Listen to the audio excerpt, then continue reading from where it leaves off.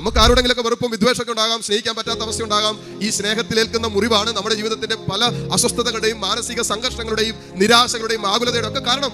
നമ്മളെല്ലാവരും സ്നേഹിക്കപ്പെടണമെന്ന് ആഗ്രഹിക്കുന്നവരാണ്. ആഗ്രഹിക്കുന്ന അളവിൽ, ആഗ്രഹിക്കുന്ന രീതിയിലൊക്കെ നമുക്ക് സ്നേഹം കിട്ടണമെന്ന് ആഗ്രഹിക്കുന്നു. ഇത് കിട്ടാതെ പോകുമ്പോൾ അത് മുറിവായിട്ട് മാറും.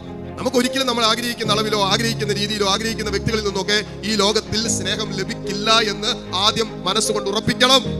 ഒരു മനുഷ്യനും, ഈ ലോകത്തിലെ ഒരു മനുഷ്യനും നീ ആഗ്രഹിക്കുന്നത് പോലെ നിന്നെ സ്നേഹിക്കാൻ പറ്റില്ല.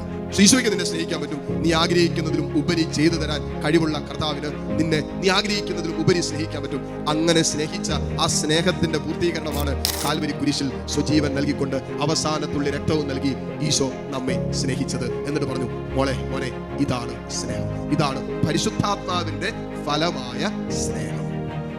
ഉണ്ട്. യഥാർത്ഥ സ്നേഹം എന്തെന്ന് ചോദിച്ചാൽ കുരിശെ ചൂണ്ടിക്കാണിക്കാമോ? നമ്മൾ ഇന്ന് പറയുന്ന സ്നേഹം യഥാർത്ഥ സ്നേഹമാകണമെന്നില്ല.